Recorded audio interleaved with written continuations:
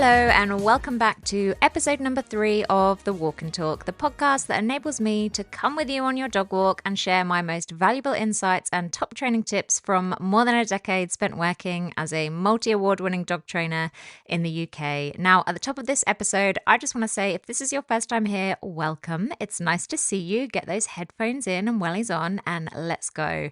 If you've come back after a second or even praise be a third time, thank you. I love you. So, what are we talking about this week? Episode 3. Let's just get straight into it. It's reactive dogs. All those dogs that bark and lunge and pull on lead at the sight of a trigger. Now, in terms of talking about reactivity, we normally talk about dogs who are reactive to other dogs. So another dog appears around the corner, and if you own a reactive dog, your dog suddenly starts barking and lunging and pulling on lead and giving this big emotional outburst. And you're embarrassed. You want the ground to swallow you up whole. You don't know what to do about it. Your dog does it every single time they encounter this trigger, and it's having a massive impact on your life. And I don't say that lightly. I know how life-limiting owning a reactive dog can be because I speak to these owners all the time and I see it with my own eyes. You no longer are able to look forward to walking your dog, which is, one of the reasons it's right up there on the list of why you got a dog in the first place, right?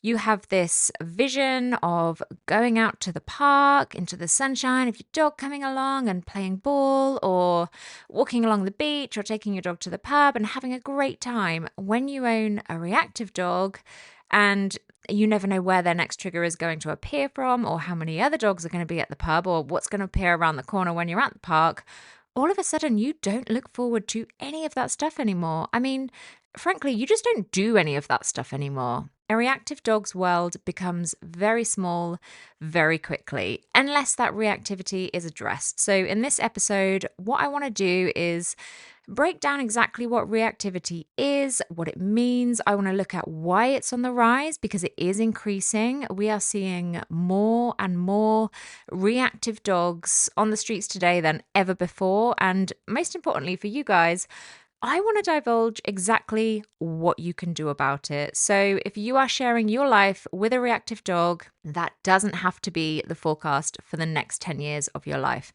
You don't have to dread walks forever. You don't have to limit your dog's world. You don't have to accept this experience of dog ownership as your lot, because there are training strategies. There are behavioral changes you can work on with your dog to transform your experience of the world together. And we're going to break this down in this episode. So, first of all, what exactly is reactivity? Well, I touched on it briefly at the top of this episode. So, the term reactivity in dogs, if you're not familiar with it, is basically the word used to refer to a dog who overreacts, for want of a better phrase, to certain stimuli. Now, most commonly, we deal with this in terms of dogs who are reactive to other dogs, but it doesn't have to be dog reactivity specifically. They could be reactive to people. They could be reactive to certain objects or traffic or certain noises, or it can be anything really that your dog encounters and it causes your dog a stress response. Now, this stress response will typically present as barking, lunging, maybe growling. You might see a lot of panting. You might see the hackles go up, or any kind of physical display of what you can see is heightened emotion. And it's worth bearing in mind that when I talk about a stress response, that doesn't necessarily have to have a negative connotation, i.e., it doesn't mean the dog is worried or scared necessarily. It could be that the dog is just extremely overexcited, over-aroused. Their emotions, whether they are positive or negative about this trigger, have simply become too big. And so you get this outburst, this behavior that is a means of your dog attempting to manage their emotional state that is just too much. So whilst it can look like your dog is scared of their trigger or worried about their trigger or even aggressive towards their trigger, that's not necessarily the core reason for their reactivity. And I think a lot of people can think that the first step to tackling reactivity is to help change their dog's emotion about this trigger. So if you have a dog who is barking and growling at other dogs, you think, okay, my dog clearly does not like other dogs. He's scared of them. He's worried about them. He wants them to go away, whatever it is. Now, it can actually be really common for reactivity to come from your dog loving other dogs, your dog being super excited every time they spot another dog and being desperate to get over there and say hello and play and romp, especially if, that's an experience that they've had a lot of in puppyhood. If you've allowed your dog free access to other dogs every time you go to the park, if you get to a point in time where you're keeping your dog on a lead and you're not giving them that free access to that joyful experience that they're used to, they can get frustrated. And this frustration can bubble up and boil over into a reactive response because the emotions have just got too big. And the behavior of this excited dog who is frustrated because they want to get close to that other dog can look identical to the behavior of a dog who is actually worried about other dogs or, is trying to scare away other dogs. So we need to think about our dog's history and not just assume that because of the behaviors we are looking at, they look aggressive and they look like they come from a place of worry. They don't always. So if we have a reactive dog, and as owners, we are not entirely sure if this stems from frustration or overexcitement or indeed fear or worry, how do we know what approach we're supposed to take to tackle this? Well, it's actually really easy. Luckily, you don't necessarily need to know the exact root cause of this behavior because the solution is fundamentally always the same. And that solution is dog neutrality, our ultimate goal for our dogs. And we should bear this in mind when we bring our puppies home. We don't want our puppies to learn to be super excited every time they see another dog because we run the risk of them getting frustrated and displaying these problem behaviors when they can't have access to every single dog that they see. Because that's reality, right? It's rude to allow your dog free access to every dog at the park or every dog in the pub. You're going to fall out with people if you do that. So, your ultimate goal is to raise a dog who sees another dog and views it as no more of a thing in their environment than seeing, a lamppost, a car, a person walk by, the sun, some clouds, a tree. Dogs just need to be thinking, that's just another thing. There's a thing. It doesn't mean anything to me. I don't need to get excited about it. I don't need to be worried about it. That's dog neutrality. And that is such an important goal for every dog owner, not just to avoid reactivity, but to raise a well-mannered, cool, calm, and content dog that can handle the society and the expectations that we want to raise them within. So now that we've looked at exactly what reactivity is and where it comes from, and we've established what our goal is for dealing with reactivity, we know what our overarching strategy for success needs to be. So let's look at why reactivity is becoming more and more common in today's society. Well, first of all, more and more of us are dog owners than ever before. I don't know, I guess COVID has played a role in this and, the rise of the lockdown puppy, but more of us own dogs now than ever before, which means, spoiler alert, obviously, there are a lot more dogs out there. So when you go out and take your dog on his daily dog walk, the chances of him seeing another dog, passing other dogs, having encounters or reactions to other dogs is vastly increased because dogs are just everywhere. Now, back in the day, you might take your dog to the park and not see another dog. Today, you're going to go to the park and you're probably going to see 4 or 5, and that's just the normal. Now, another thing that we're doing with our dogs these days is expecting them to live in a modern urban environment. So there are more dogs than ever before growing up in really densely populated towns and cities and busy streets and housing estates. And dogs are just expected to cope with these busy, manic environments full of overwhelming stimuli that isn't necessarily, the optimum environment for them to thrive in. Another thing is this lack of early socialization. And I've mentioned those pandemic puppies before, but a lot of the dogs who are out and about on the streets at the moment, many of these dogs have missed out on that quality exposure to the world in a safe, controlled way. So obviously, we have a lot of these pandemic puppies in the mix right now, and they're going to be here for the next decade or so, and a lot of these dogs haven't necessarily had that all important early puppy exposure to the sights and the sounds and the experiences of the world that we expect them to live in today, because when they came home during the pandemic, that is not the world they came home to. Those are not the sights and sounds and experiences that they had. So it's a bit of a wild ride out there for them. So yes, they are reactive. Yes, they are having some big feelings about things.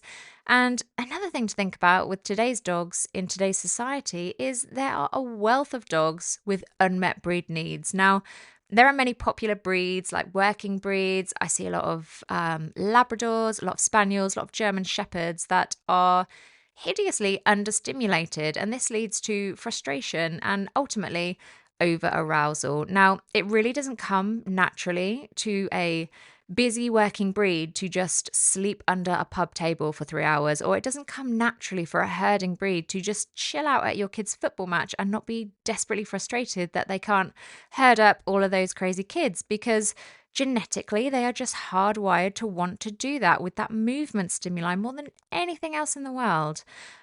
We also have to remember we have a lot more rescue dogs in the population and a lot of breeders who breed without any consideration for temperament these days at all, because personality traits, let's not forget, are also genetic. And I think last but not least, it's important to remember the expectations that we are placing upon our dogs these days in modern society are quite spectacular when you compare them to what we expected or wanted from our dogs 50 years ago, say. So now we want our dogs to be perfectly polite and civilized. We want them to obey human rules of socialization. We want them to be calm and quiet whenever we want them, still and out of the way. We want to be able to take them to the pub and have them behave.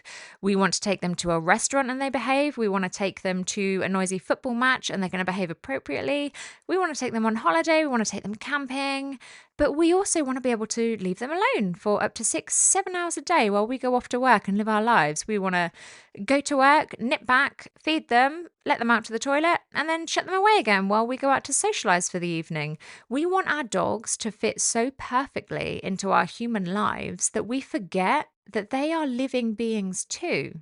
And they have a wealth of needs and dispositions and desires and personality traits that might sit directly in conflict with what we want, but we just expect them to conform anyways. So we are asking a lot of our dogs, and it's worth remembering that so that we can cut them some slack. So on that note, let's shift into how on earth can we actually help our dogs tackle their reactivity. So first of all, my first tip for you as an owner would be to embrace a total mindset shift. Reactivity is not a sign that your dog is a bad dog. Your dog is not misbehaving. They're not being naughty. They're not trying to give you a hard time. It's also not a sign that you're a bad owner. You shouldn't feel embarrassed. It's just an emotional response your dog is having, and we can work on it. Now, the next tip would be I want you to get really familiar with recognizing your dog's triggers. I want you to observe, first of all, when and why your dog is reacting. Okay, so what is it they see that seems to put them in that physiologically changed state? Now, if you're looking at your dog, you're out on a walk and you watch your dog's body language, you might see that they're quite loose, they're quite carefree, they're sniffing, they're engaged in the sense that they're following, everything's quite relaxed, right? And then when they spot a trigger, you will see that body language stiffen. You might see the hackles go up. Your dog might start panting. You might see their rear legs, like their hindquarters, start to tighten. This is a fight or flight response in the body. Obviously, a huge indicator is that your dog actively starts reacting. They start barking, they start lunging, they start directing this behavior towards their trigger. So, first of all, I want you to get just observant and informed so you know exactly what you're dealing with. And then we are going to employ 2 coordinating approaches to working on this behavior. So, first of all, we're going to actively teach our dogs a different response. And to support that teaching, we're going to employ management in the meantime to limit their rehearsal of the unwanted behavior. So, at the minute, your dog is dealing with a problem. They are trying to manage their own emotions with the behavior that they've chosen, which is the barking or the lunging, the vocalizing, whatever it is, whatever that big reactive response is.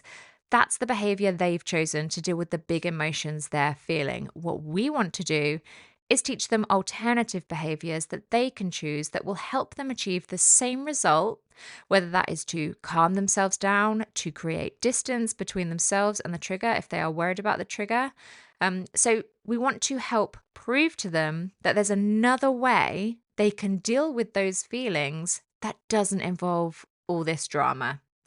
And whilst we're training that, whilst we're kind of reprogramming their brain and literally teaching them some coping strategies and some behavior prompts, we're also going to limit their ability to rehearse the problem behavior that they've chosen, because every rehearsal of that problem behavior is like sticking a hole in the bucket of your success with this training. Because the way the brain works is that these well used neural pathways become really comfortable and really familiar to your dog. So the more they use that pathway, the more they choose that behavior and perform that behavior and practice that behavior, the more likely they are to choose that behavior again. It's like if you're standing with a fork in the road and you see one path off to the left and it's all lit up with streetlights, and you know that path. You walk it home, so you know exactly where it goes. You're really comfortable with it. And then off to the right, there's another path and it's a bit dark and you've never actually been that way before. So you're not entirely sure what's on the path. Both paths lead home. So which one are you going to choose? Well, you're obviously going to choose the lit up one, the comfortable one, the one you're familiar with. And that's what our dogs are doing with their reactive outburst. This behavior is something they're comfortable with and they're familiar with. So they're going to keep choosing it. We want to teach them a new behavior, i.e., we're going to show them this second path and say, look, this path takes you home as well. It's perfectly safe. It's a perfectly reasonable route to walk home. And actually, I would like you to choose this second path. However, we need to work on lighting up that path.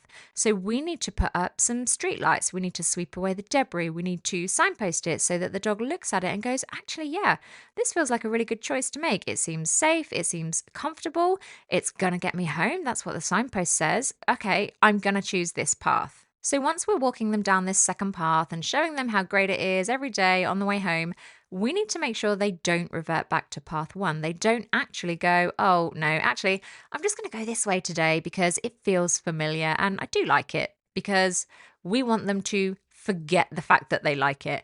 We want them to forget that it feels familiar. We want to put out the street lights. We want to make that path dark. We want it to get dusty. We want it to get overgrown, so that eventually what happens is we're not having to direct our dogs to choose path B. We're not having to constantly manage and control their behavior. But if they stop rehearsing that first path, eventually it's going to get overgrown. It's going to get forgotten about, because that's the way the brain works.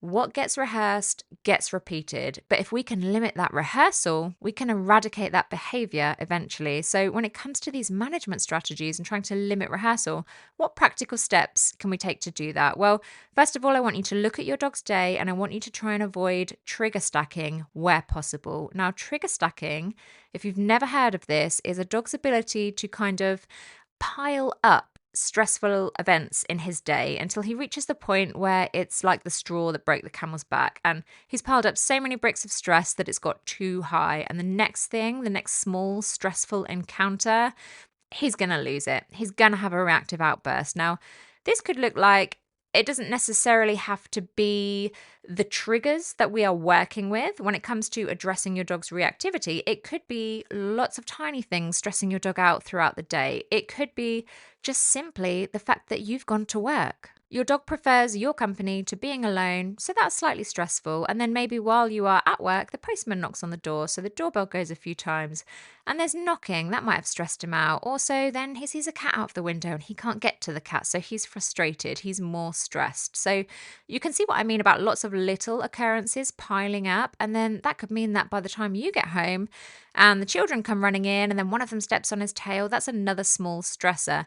And then you put his lead on and you go to take him for a nice long evening walk because you think, great, he's been home alone all day, he'll really enjoy that. But he's stacked up all of these tiny triggers so that when you take him out on that walk, as soon as next door's poodle comes around the corner, he's just going to lose it because he's had all of these tiny micro stresses piling on top of each other. And he's completely stacked. He's got no more space. His stress bucket, for want of a better analogy, is totally full and now it's overflowing. So trigger stacking is something we definitely want to avoid. The second thing I want you to think about is simply making sure you are using the right equipment. So no tightening collars or harnesses or head collars, no e-collars, nothing designed to cause pain, because ultimately you're just layering up the stress associated with the trigger.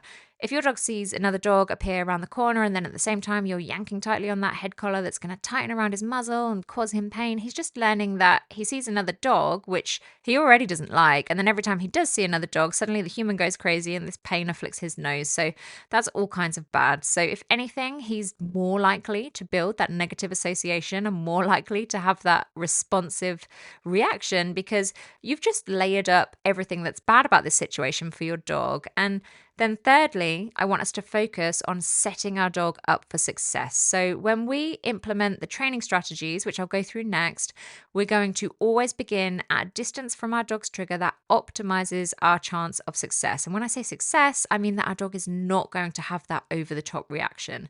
The stress bucket is not going to overflow.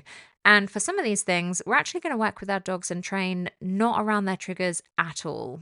Okay, not all reactivity training has to involve your dog's trigger. That's really important. So let's take a quick look at some of these things that we can work through, some of these practical strategies that we can employ to start changing your dog's behavior. So the first thing you can do, and this is really valuable, is to grow your dog's ability to disengage. And this is something that you would start working on away from the trigger, because that's far too big of an ask. That's like, taking a primary school child and asking them to do their A-level in maths when they've only just learned their 2 times table.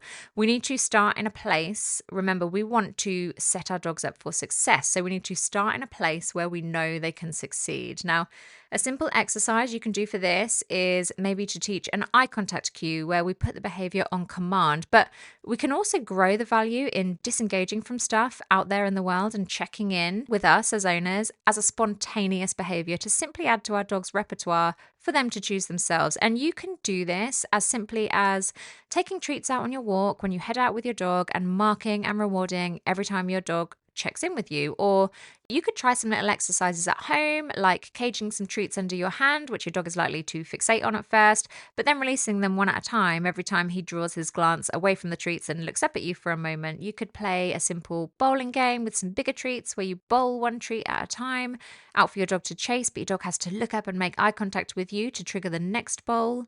You could pop your dog on a lead and set out a bowl with a tempting treat in it just out of his reach. And when he finally stops pulling on the lead and looks back at you, that's when you release him to it. So there are lots of really easy, simple ways to grow your dog's ability to disengage rather than simply fixate, which is a really powerful skill for reactive dogs to master. Another practical thing we can do is teach our dogs a pattern game. Now, patterns can be a fantastic way to help nervous dogs because they are predictable. They provide a sense of security and safety, and so help dogs regulate their emotions and stay calm. Now, there are pretty much 2 pattern games I like to introduce to reactive dog owners. One of them is called the 3-2-1 game or the 1-2-3 game, depending on, who you've seen talking about it. And this is essentially that we teach our dogs that we count 3, 2, 1. And whenever we get to 1, we're going to deliver this amazing treat, or we're going to suddenly brandish the tug toy, whatever that high value reward is. And what we do with this pattern game is we give our dogs a little bit of grace and processing time when we ask them to disengage from something. And the way we teach it is we just say 1. And then we give them a treat. 1, give them a treat, and we repeat this and we repeat this until in the dog's mind they hear 1 and they think, okay, this is when I get the treat. Great. Then we introduce 2 and we say 2, 1, treat. And we repeat this and we repeat this until they hear 2 and they go, well, I know what comes after 2. It's 1. And what comes after 1 is amazing. That's the treat. And then we add 3 in the same way. So we have a pattern of predictability where we are just giving our dogs a little bit of processing time, a little bit of safety, because dogs thrive on routine and predictability. And this means that in the real world, when we are faced with something we want to ask our dogs to disengage from, we're not just going to say, hey, look at me, like you have to look at me now. There's no time to process. You're not going to be able to work through this. I want it now. We're saying basically to our dogs, I see that you're looking at that thing. You've got 3 seconds. I'm going to let you look at it, but you know that you've now got 2 seconds and you've now got 1 second. And then I'm going to want you to look away, but it's going to be worth your while. It's going to be good. But I'm just giving you that pattern and that predictability and that time to process the command. This is a really fantastic way to teach reactive dogs a cue for disengagement. Now, obviously, like I've said, we don't work on this around the trigger to begin with. We work on this at home when there's nothing going on. And then once our dogs have really nailed it and you see your dog responding as soon as you start the 3-2-1 pattern, then you can introduce it with some mild distraction. And then you gradually up your game from there, and you can take it out on a walk where there's no triggers, but maybe your dog has just noticed someone across the street, or they've just heard a squirrel in a tree somewhere. Something lightweight without a big emotional weight to it, but something that's distracting enough. And you start there. And if your dog is successful there, you can start to introduce it to use with your triggers. But whenever we are introducing these strategies to work around triggers, it is really important to remember that we always start at a distance where we think our dogs are capable of succeeding. Now, that could be, 3 football pitches away. It could be just the other side of the park. It totally depends on your dog.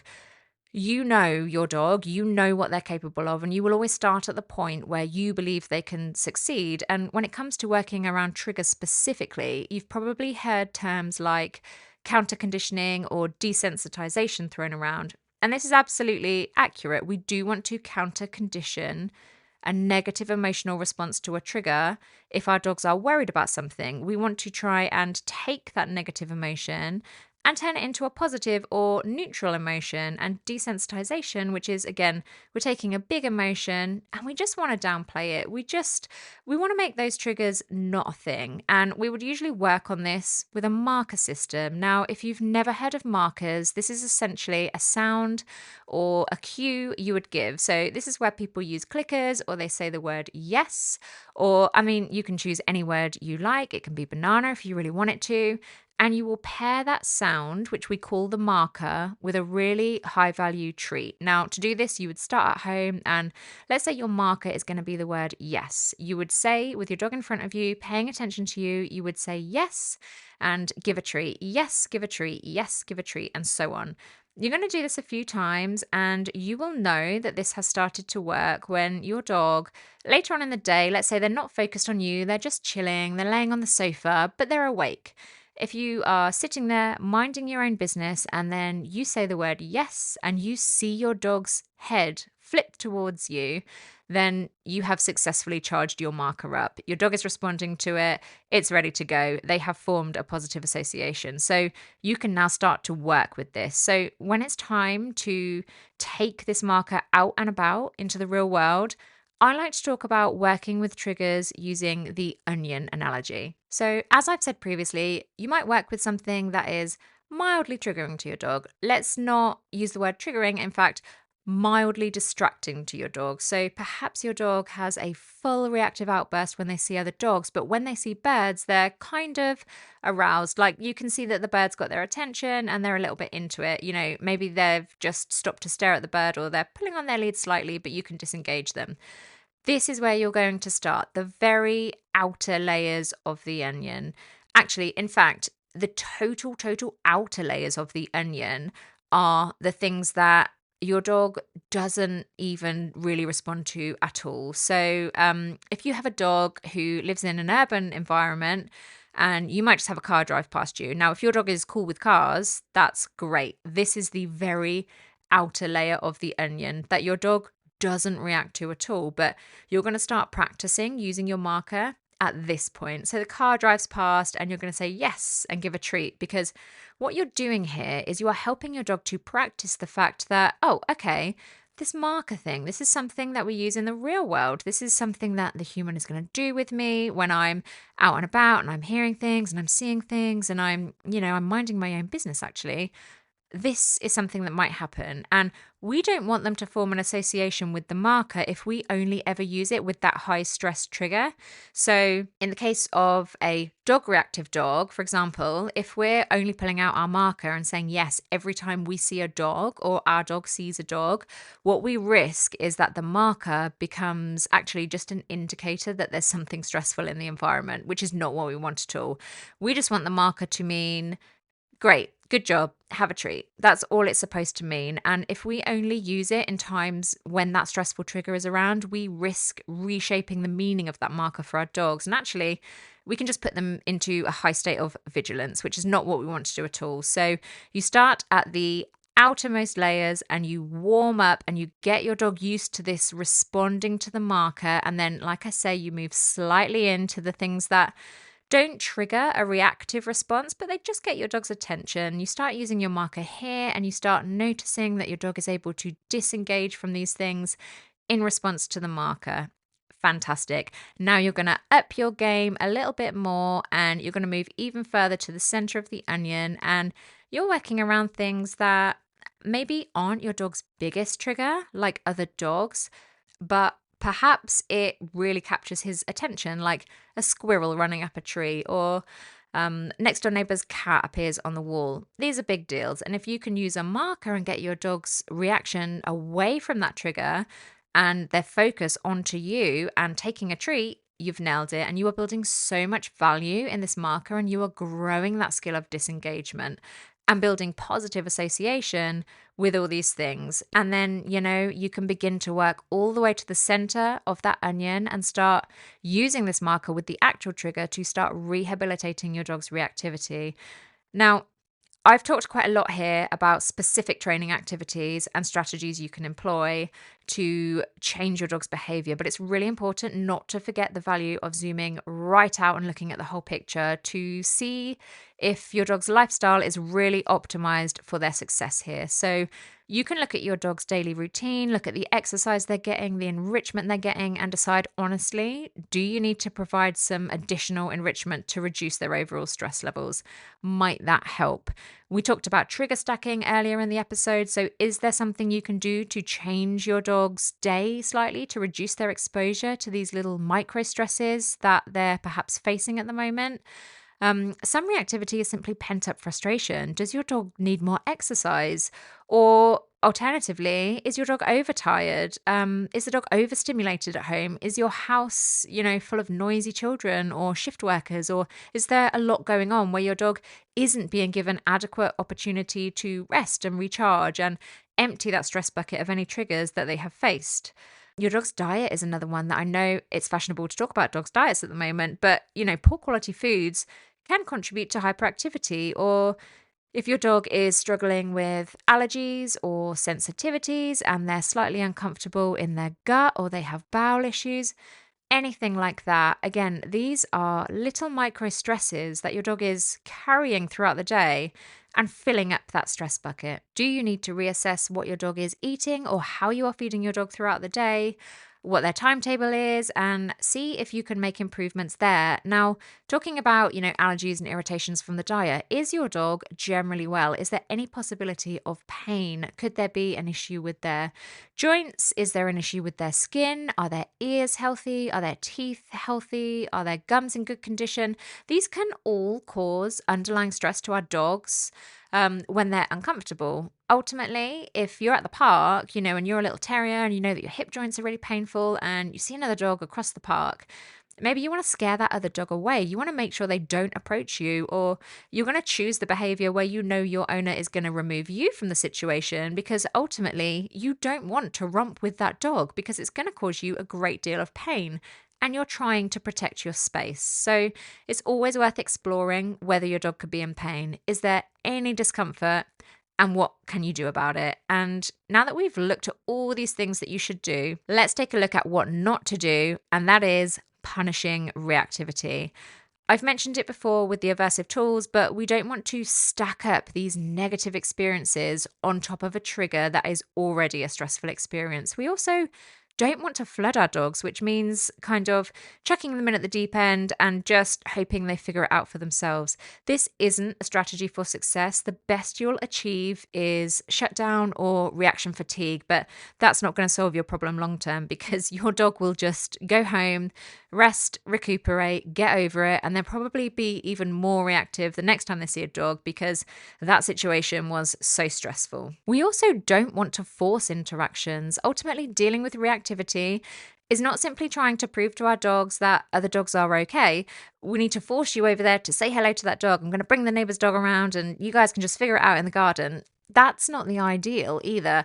We need to advocate for our dogs. And if our dogs are telling us they want space, if they're telling us they're uncomfortable with something or they're not ready, then it's our job as their guardians to help make them comfortable, help show them how to be ready and develop them into the successful dogs that we know they can be. So if you are currently struggling with a reactive dog, I hope this episode has been in some way helpful, even if there is just one tiny nugget that you can take away and introduce to your dog's life or explore or work with, or just go and Google and read a little bit more about and see if it's relevant to you.